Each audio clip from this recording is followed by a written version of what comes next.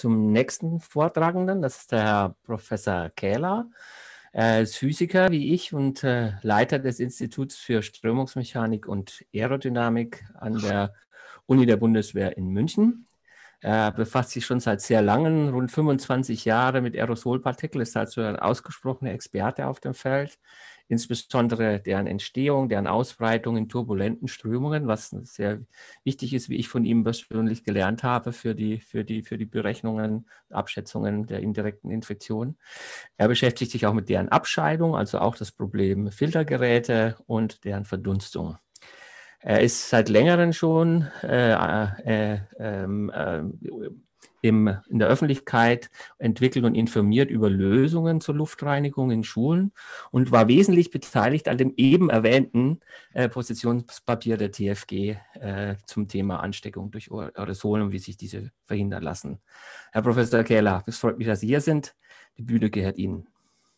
Ja, vielen Dank. Ich freue mich auch, dass ich dabei sein darf. Nun kann ich leider keinen guten Vortrag halten ohne Folien. Das ist ja in unserem Bereich so. Deshalb würde ich gerne meinen Bildschirm freigeben, wenn Sie erlauben. Und den jetzt hier teilen mit Ihnen. Und ich hoffe, dass es jetzt sichtbar ist, was ich auf dem Bild habe. Ist das richtig? Sie können das sehen. Gut. Also es geht jetzt um Übertragungswege durch Aerosole und mögliche Maßnahmen zur Verhinderung von Ansteckung. Das sind Forschungsergebnisse, die wir so in den letzten 1,5 Jahren gewonnen haben. Und ich möchte einleiten mit einem ganz wesentlichen Problem, mit dem wir es auch seit 1,5 Jahren zu tun haben. Und das ist das, was ich jetzt mal hier als Aerosolpartikel-Tröpfchen-Problem bezeichnen möchte. Es ist nämlich so, dass natürlich viel die Rede ist von Aerosolpartikeln und von Tröpfchen und es ist immer nicht ganz klar, was damit gemeint ist. Und physikalisch-technisch ist das vollkommen klar. Das sind nämlich Partikel, die einen Durchmesser von 1 Nanometer bis ungefähr 100 Mikrometer haben. Weil diese Teilchen sind lufttragend, die bleiben sehr lange in der Luft, die sinken sehr lange langsam ab. Und in ruhender Luft, und die fliegen auch nicht ballistisch. Und wenn die Luftströmung vorhanden ist, dann bleiben die eben über, sage ich mal, viele Minuten, manchmal Stunden und Tage in der Luft. In der Medizin ist es so, dass Aerosolpartikel nur Teilchen sind, die kleiner als 5 Mikrometer sind. Und alles, was größer ist, wird als Tröpfchen bezeichnet. Und Tröpfchen in der Physik sind sozusagen Teilchen, die ballistisch fliegen und sehr schnell absinken. 5 Mikrometer oder auch 10 Mikrometer große Partikel sinken aber nicht schnell ab und die fliegen auch nicht ballistisch. Aber das wird in der Medizin so gelehrt, dass eben diese Partikel entsprechend sich so physikalisch verhalten. Und das ist ein Riesenproblem, denn es ist jetzt nicht nur so, dass wir hier vielleicht unterschiedliche Begriffe haben, sondern das Problem ist, dass wir hier vollkommen falsche Vorstellungen haben über das Verhalten der Teilchen. Wenn nämlich, sage ich mal, davon ausgegangen wird, dass Teilchen größer 5 Mikrometer sich wie Tröpfchen verhalten, also ballistisch fliegen und schnell absinken, dann sind nämlich ganz andere Schutzmaßnahmen erforderlich, wie beispielsweise Abstände reichen dann aus, weil die sowieso alle zu Boden fliegen, oder einfache Masken reichen auch aus. Aber wenn die eben als Aerosolpartikel in der Luft bleiben, dann helfen diese Maßnahmen überhaupt nicht. Dann braucht man sehr gute Masken. Und auch Abstände helfen nicht. Und das ist sehr, sehr wichtig, dass man sich das klar macht an dieser Stelle. Und das erklärt auch nach wie vor die große Unsicherheit, welche Masken sind jetzt die richtigen, welche Abstände sollte man einhalten. Und da gibt es eben aus der Technik immer ganz andere Vorschläge als aus der Medizin. Also diese Schmierinfektion, die anfangs als wesentlicher Übertragungsweg genannt wurde, basieren nur auf der falschen Vorstellung von Tröpfchen und Aerosolpartikeln. Ich kann dazu nur diesen Artikel empfehlen, den ich jetzt hier aufgelistet habe als Link. Der beleuchtet das sehr, sehr eindringlich und ich glaube, es ist sehr gut, sich den mal anzuschauen. Nun, um von dieser Problematik wegzukommen, ist es eigentlich nicht sinnvoll, sich über Tröpfchen und Aerosolpartikel zu unterhalten, sondern über die Infektionswege im Sinne von einer direkten Infektion und einer indirekten Infektion, weil sie sozusagen diese eben geschilderte Problematik vollkommen vermeidet. Was heißt direkte Infektion? Eine direkte Infektion tritt immer dann auf, wenn sich Personen sehr nahe sind oder anatmen, miteinander sprechen, anhusten, anniesen oder miteinander singen. Das heißt, von der einen Person werden Viren freigesetzt über Aerosolpartikel, die auch 100 Mikrometer groß sein können. und die fliegen sozusagen mit der Luftströmung in den Bereich der anderen Person und werden dort eingeatmet. Nun, was kann man machen, um sich von dieser direkten Infektion zu schützen? Nun, man kann Abstände groß halten, man kann Masken tragen oder Schutzwände nutzen. Das sind die gängigen Maßnahmen. Nun ist es aber so, dass nach einer Weile diese Aerosolpartikel den gesamten Raum sozusagen einnehmen können, wie hier im rechten Bereich dargestellt. Die Virenlast ist dann sehr gering. Das heißt, man muss in diesen Räumlichkeiten sehr lange bleiben, um sich zu infizieren. Aber grundsätzlich ist es möglich. Und wir sprechen hier von einer indirekten Infektion, weil hier keine andere Person beteiligt sein muss. Das heißt, eine infektiöse Person kann den Raum verlassen haben. Man geht danach rein in diesen Raum und kann sich infizieren, wenn man nur lange genug da drin sein. Nun, wie kann man sich vor dieser Infektionsmöglichkeit schützen? Einerseits nicht lange in dem Raum bleiben, stark lüften oder mechanische Lüftung, mobile Raumluftreiniger, raumlufttechnische Anlagen beispielsweise. Das ist das, was hier gegen hilft. Also wir müssen uns immer klar machen, zwei wesentliche Infektionsmöglichkeiten, wenn wir Aerosolpartikel betrachten. Und da brauchen wir unterschiedliche Schutzmechanismen. Und darüber möchte ich jetzt hier ein Stück weit auch reden. Also zunächst mal habe ich gesagt, die direkte Infektion, die wir als erstes betrachten, da können wir uns gut über Abstände schützen. Und wenn wir einen Lockdown machen oder einen Shutdown, dann heißt das nichts anderes, als dass wir die Abstände vergrößern. Und das ist auch seit über 100 Jahren bekannt. Das wurde auch damals schon sozusagen ausprobiert. Jeder kennt die Geschichte aus St. Louis, ist auch wissenschaftlich schon damals beschrieben worden, sehr ausführlich. Also, dass Abstände in diesem Fall helfen, ist bekannt. Jetzt haben wir bessere Masken, FFP2, FFP3-Masken, die helfen sehr gut gegen die direkte Infektion. Aber im Grunde genommen helfen hier auch einfachere Masken, einfach deswegen, weil sie die Ausbreitung nach vorne der Aerosolpartikel verhindert. Das ist ein strömungsmechanischer Widerstand. Insofern ist das auch ganz okay, mit einfachen Masken hier zu operieren. Und man kann Schutzwände auch nutzen, die ja überall installiert sind, eben auch sozusagen als Barriere dienen. Das Problem in Schulen ist aber, dass diese einfachen Masken, die dort jetzt immer empfohlen werden, dort keinen adäquaten Schutz bieten. Der Grund ist, dass diese Masken nicht ordnungsgemäß abschließen am Maskenrand. Das heißt, dort haben wir überall Spalte und die Aerosolpartikel folgen dem Weg des geringsten Widerstandes. Und das ist eben immer der Weg durch die Spalte am Maskenrand. Deshalb treten die seitlich aus. Und wenn man jetzt Seite an Seite oder nebeneinander sitzt, wie im öffentlichen Nahverkehr, wie in der Schule, dann vergrößern diese Masken sogar noch die Infektionswahrscheinlichkeit. Und das ist ein Riesenproblem, was immer nicht erkannt wird. Diese Masken sozusagen sind nur ein reiner Fremdschutz, sie sind kein Selbstschutz. Das heißt, wenn wir eine kontaminierte Umgebung haben, saugen wir die Aerosolpartikel durch diese Masken, durch diese Spalte am Maskenrand ein. Sie sorgen nur dafür, dass wir andere ein Stück weit schützen, weil die Ausbreitung nach vorne behindert ist, aber eben nicht zur Seite. Und genau zu diesem Zweck sind die Masken auch gemacht. Das kann man sich auch in den Prüfregularien anschauen. Das kann man sich in den ganzen Zertifikaten anschauen. Da steht immer drin, dass diese Masken keinen Selbstschutz bilden und auch der Fremdschutz nicht besonders gut ist. Also wenn man sich schützen will, und zwar einen guten Fremd- und Selbstschutz haben möchte, da muss man einfach FFP2 und FFP3-Masken aufsetzen. Die haben keinen Spalt am Maskenrand, wenn man sie richtig aufsetzt. Die meisten setzen sie richtig auf. Und wenn auch nicht alle die richtig aufsetzen, macht das nichts, weil auch die anderen sehr gut geschützt werden, denn die Aerosolpartikel werden ja nicht freigesetzt. Also wenn eine infizierte Person diese Masken aufsetzt, setzt sie keine Aerosolpartikel frei und damit oder nur zum ganz geringen Anteil. Und damit bietet sie einen sehr guten Fremd- und Selbstschutz auch vor der direkten und indirekten Infektion. Und man kann sie natürlich auch nicht einatmen, die Aerosolpartikel. Insofern sehr, sehr sinnvoll, diese Masken zu tragen. Aber das wesentliche Problem ist, dass man diese Masken eben nicht dauerhaft tragen kann. Die sollte man auf dem Weg durch Schulgebäude tragen, die sollte man im öffentlichen Nahverkehr tragen, überall dort, wo man Menschen begegnet, auch über längere Zeit und wo man sich nicht anders schützen kann. Und OP-Masken sollte man allenfalls dann tragen, wenn man sich von Angesicht zu Angesicht über größere Abstände hinweg unterhält. Gut, also das ist das Problem jetzt, dass die FFP2-Masken, FFP3-Masken nicht dauerhaft getragen werden können. Aber im Büro sitzen wir sehr lange zusammen, im Hörsaal sitzen wir lange zusammen, in der Schule sitzen wir lange zusammen. Was können wir da machen? Und da bieten jetzt Schutzwände mit umlaufender Kante einen relativ guten Schutz. Und ich möchte dazu ein Video zeigen. Das heißt, hier werden Aerosolpartikel in hoher Konzentration ausgeatmet. Sie treten gegen diese Schutzwand und Sie sehen, aufgrund dieser Kante bildet sich hier ein Wirbel und alle Aerosolpartikel bleiben auf der linken Seite.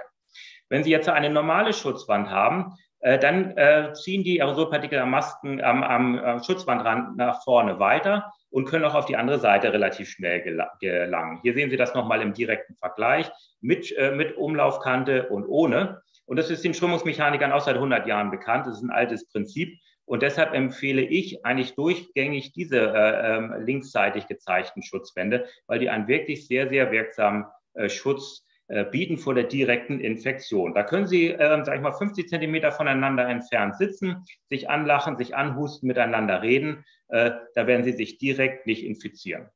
Diese Schutzwände sind jetzt hier auch schon in vielen Schulen sozusagen etabliert.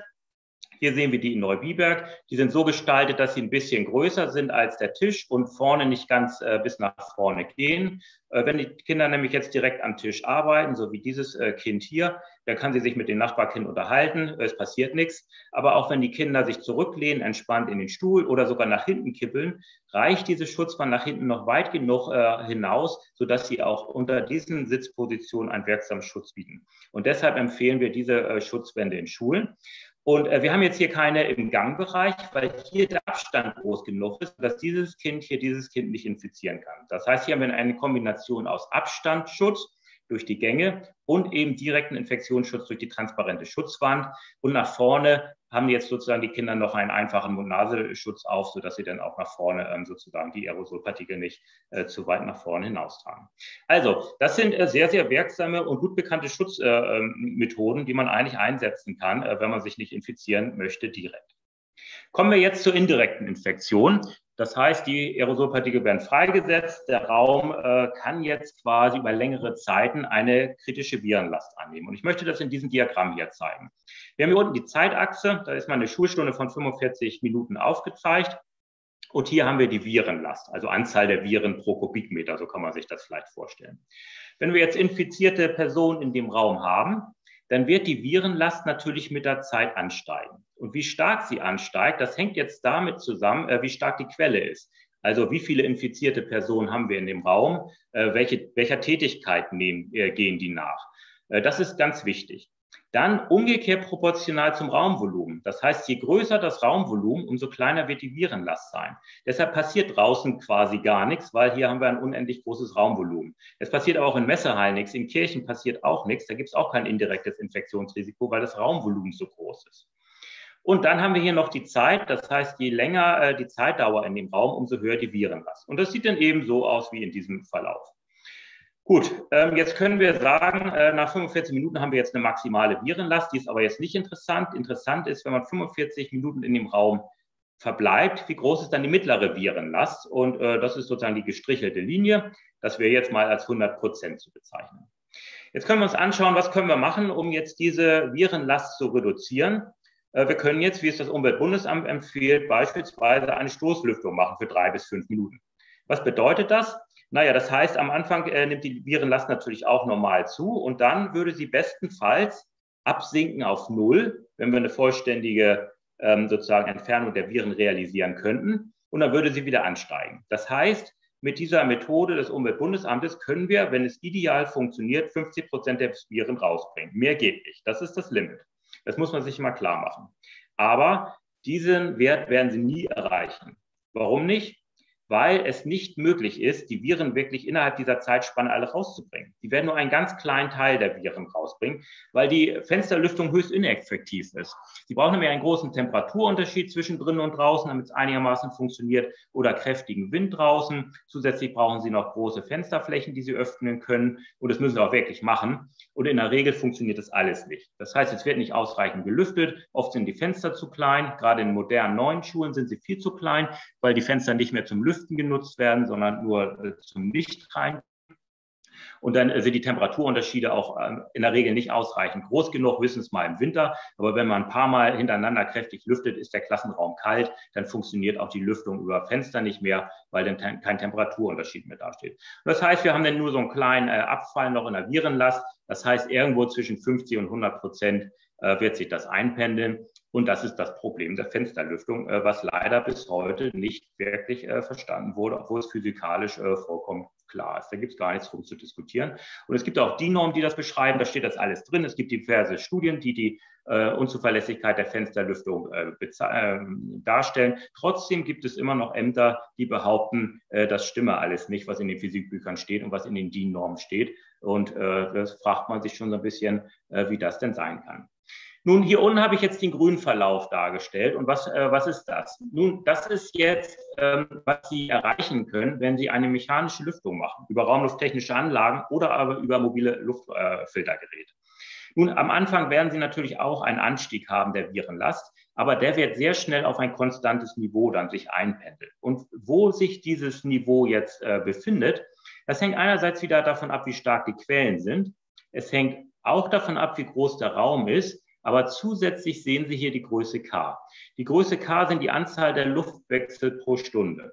Das heißt, wenn Sie hier ein großes K haben, das heißt, sagen wir mal 5 oder 10, dann würden Sie die Virenlast im Vergleich zu dem Fall, wo Sie nichts machen, auf ein Zehntel reduzieren. Das heißt, diese Linie würde dann bei einem Zehntel von dem hier liegen. Also viel mehr, als Sie jemals mit der Fensterlüftung schaffen können. Deshalb ist es auch immer so merkwürdig, wenn behauptet wird, dass diese Methodik quasi ergänzend zur Fensterlüftung eingesetzt werden kann. Man muss sich klar machen, diese Methodik ist viel, viel effektiver als die Fensterlüftung. Sowohl raumlufttechnische Anlagen als auch mobile Raumluftreiniger sind viel, viel effektiver. Und in der Stuttgarter Studie, die jetzt publiziert wurde, kommt auch raus, dass die mobilen Raumluftreiniger viel effizienter sind, in dem Fall als die raumlufttechnische Anlage sogar, als die Querlüftung und als die einseitige Fensterlüftung. Also, dass man das nicht akzeptiert und immer so tut, als wäre das eine kleine Maßnahme, ergänzende Maßnahme nebenbei, ist eigentlich unverständlich, denn die technische Lüftung ist immer viel, viel effektiver als die Fensterlüftung. Das muss man sich klar machen, aber gibt es auch viele Studien darüber, die das zeigen. Es wird nur einfach ignoriert aus irgendwelchen Gründen. Nun, wir haben jetzt dieses Schutzkonzept bestehend aus Abständen, sage ich mal, zwischen den Tischen, transparenten Schutzwänden auf den Tischen, mobilen Raumluftreiniger mal qualifiziert, experimentell und zwar quantitativ. Der Abstand zwischen dem Luftreiniger und der Messposition wurde hier sehr groß gewählt, um wirklich schlechte Verhältnisse sich anzuschauen. Wir wollen das ja hier nicht schön reden, die ganze Sache, sondern wirklich sehen, wie gut funktioniert das Konzept, wenn es sozusagen alles sehr ungünstig schon mal ist. Und gibt es natürlich auch Berichte dazu, will ich jetzt nicht drauf eingehen, aber ganz wichtig ist, sich diese Grafik mal anzuschauen. Das sind jetzt die experimentellen Ergebnisse und wir haben hier unten wieder die Zeitachse und hier haben wir sozusagen die Aerosolpartikelkonzentration im Raum. Und zunächst sehen Sie hier die gepunktete Linie, das heißt, wenn wir in dem Raum gar nichts machen, dann bleibt die Virenlast auf einem sehr hohen Niveau. Natürlich hat der Raum immer ein paar Lecks und Türspalte, Fenster sind nicht ganz dicht, deshalb nimmt es hier ein bisschen ab. Aber wenn Sie jetzt Quellen im Raum haben, also infizierte Personen, dann kann es auch durchaus ansteigen oder konstant bleiben. Gut, jetzt schauen wir uns an zunächst mal die Ergebnisse der maschinellen Filterung mit einem mobilen Raumluftreiniger. Und zunächst mal ohne Person und ohne Trennwände, das heißt nur Tische und Stühle, wie eben dargestellt, typische Klassenraumkonfiguration. Und da sehen Sie sozusagen den Abfall gegeben durch die grünen Punkte. Jetzt werden zusätzlich Personen eingeführt, mit Taschen, mit Rucksäcken, mit Jacken, mit Laptops auf den Tischen. Und Sie sehen anhand der roten Verläufe, dass sich gar keinen Unterschied ergibt. Das heißt, die Belegung durch Personen im Raum, die jetzt atmen, die sich bewegen, spielt gar keine Rolle. Jetzt bringen wir noch die Trennwände rein, weil ja immer gesagt wird, die Trennwände würden das Lüften stören. Und Sie sehen wieder, auch dieser Funktionsverlauf liegt exakt auf den anderen, denn die Trennwände stören überhaupt nicht das Lüften. Das hängt damit zusammen, dass wir in den Räumlichkeiten eine Mischlüftung haben. Das heißt, die turbulente Strömungsbewegung spielt hier die maßgebliche Rolle und nicht die konvektive Bewegung der Aerosolpartikel. Und wenn man sich das klar macht, dann versteht man auch, warum es auch sozusagen keinen Unterschied macht, ob die voll belegt sind, die Räume mit Schutzwänden und dergleichen oder eben nicht. Das hat gar keinen Einfluss auf die Filtereigenschaften. Und Sie sehen eben hier an diesem Beispiel, dass wir innerhalb kurzer Zeit eine sehr starke Reduktion der Aerosolpartikel haben. Und dann wird die sozusagen auf einem sehr niedrigen Niveau dann verbleiben. Und natürlich in der Realität starten wir nicht mit einem hohen Niveau, sondern wir erzeugen ja von einem niedrigen Niveau erstmal sozusagen eine Grundlast. Und die wird sozusagen sehr stark und sehr effektiv durch diese massive Filtereigenschaft des Raumluftreiniger bekämpft. Und deshalb bleibt eben die Virenlast auf seinem sehr niedrigen Niveau und damit entsprechend auch das indirekte Infektionsrisiko. Jetzt sehen Sie hier noch zwei grau schattierte Linien. Das ist die Fensterlüftung. Und Sie sehen zunächst mal, erstmal ist sie nicht besonders effektiv. Und zweitens ist die gar nicht konstant. Das heißt, mal funktioniert sie ganz schlecht und mal ein bisschen besser. Aber was heißt jetzt das Lüftungskonzept? Das will ich hier nochmal kurz zeigen. Also wir gehen von 1 mal los, folgen hier meinetwegen diesem Ast, wo die Fensterlüftung einigermaßen funktioniert. Und wir warten jetzt mal 3 Minuten, die Empfehlung des Umweltbundesamtes, und dann sind wir auf diesem Niveau hier. Und wenn wir jetzt die Fenster wieder schließen, dann wird die Virenlast im Raum diesen Verlauf haben. Das heißt, die bleibt einfach auf einem sehr hohen Niveau. Und das zeigt eben auch quantitativ, dass das, was ich eben konzeptionell, physikalisch erklärt habe, also in der Realität auch absolut so ist. Und das ist nicht verwunderlich, das steht, wie gesagt, auch in den ganzen Lehrbüchern drin, dass die Fensterlüftung nicht besser ist. Und deshalb ist es so wichtig, auf eine maschinelle Lüftung über raumlufttechnische Anlagen oder mobile Raumluftreiniger zu gehen. Und da raumlufttechnische Anlagen kaum verfügbar sind und deren Integration Jahre dauert, gibt es leider im Moment nur die Möglichkeit, über mobile Raumluftreiniger zu gehen. Und die sind auch in großer Stückzahl vorhanden und werden ja schon überall eingesetzt. Und die sind inzwischen auch so leise, dass sie gar nicht mehr stören bei großen Volumenströmen. Man muss eben sagen, die sind immer besser als die Fensterlüftung. Gut. Lassen Sie mich jetzt als Fazit zum Ende meines Vortrages kommen. Also zunächst mal, was müssen wir machen? Zunächst mal müssen wir die Abstände vergrößern. Das heißt, die Raumsituation, die wir hier sehen, die müssen wir anpassen, indem wir, sag ich mal, das ganze Raumangebot möglichst gut nutzen. Dann müssen wir die Bereiche, wo wir quasi den Abstand nicht entsprechend vergrößern können, absichern durch transparente Schutzwände, wie das hier dargestellt ist. Dann haben wir hier einen großen Abstand, da schützt uns der Abstand vor der direkten Infektion und hier schützen uns die transparenten Schutzwände vor der direkten Infektion. Dann haben wir noch das indirekte Infektionsrisiko. Das können wir mit einem Luftreiniger oder einer raumlufttechnischen Anlage gut beherrschen. Und wenn wir dann nebenbei nochmal müde werden, das CO2-Problem stört uns, dann machen wir halt die Fenster auf. Das stört die maschinelle Abscheidung der Viren überhaupt nicht. Das können Sie immer ergänzend machen. In Seminarräumen und dergleichen bietet sich vielleicht eine Konfiguration an, wie im rechten Beispiel gezeigt, auch vielleicht geeignet für Mensa, vielleicht für Lehrerzimmer und dergleichen, also diese U-förmige Anordnung. Also, man muss sich merken, Schutz vor direkten Infektionen, Platzausnutzung achten, Abstände maximieren, Schutzwände best mit umlaufender Kante installieren und dann eben sozusagen hat man da einen sehr guten Schutz. Vor der indirekten Infektion raumlufttechnische Anlagen oder Luftreiniger nutzen und regelmäßig lüften, wenn man das für angemessen hält. Aber wir haben es natürlich im Betrieb nicht nur mit dem Klassenraum zu tun, in dem wir jetzt an einem Platz sitzen oder dem Hörsaal. Wir bewegen uns auch durch das Gebäude. Wir haben die Wege von zu Hause zu diesen Räumlichkeiten zu überwinden. Da sind wir vielleicht dann auch in Gruppen unterwegs, vielleicht auch im öffentlichen Nahverkehr. Und da können wir uns nur schützen durch gute FFP2-Masken, weil die eben sowohl vor der direkten als auch vor der indirekten Infektion einen sehr guten Schutz bieten. Und weil die Wege normalerweise nicht sehr lang sind, braucht man diese Masken auch nur sehr kurzzeitig zu tragen, also Viertelstunde in der Bahn oder halbe Stunde, aber nicht den ganzen Tag. Und so ist quasi dieses Schutzkonzept relativ sozusagen gut etabliert jetzt oder bietet einen guten Schutz vor den verschiedenen Übertragungswegen und eben von der Haustür bis wieder zur Haustür.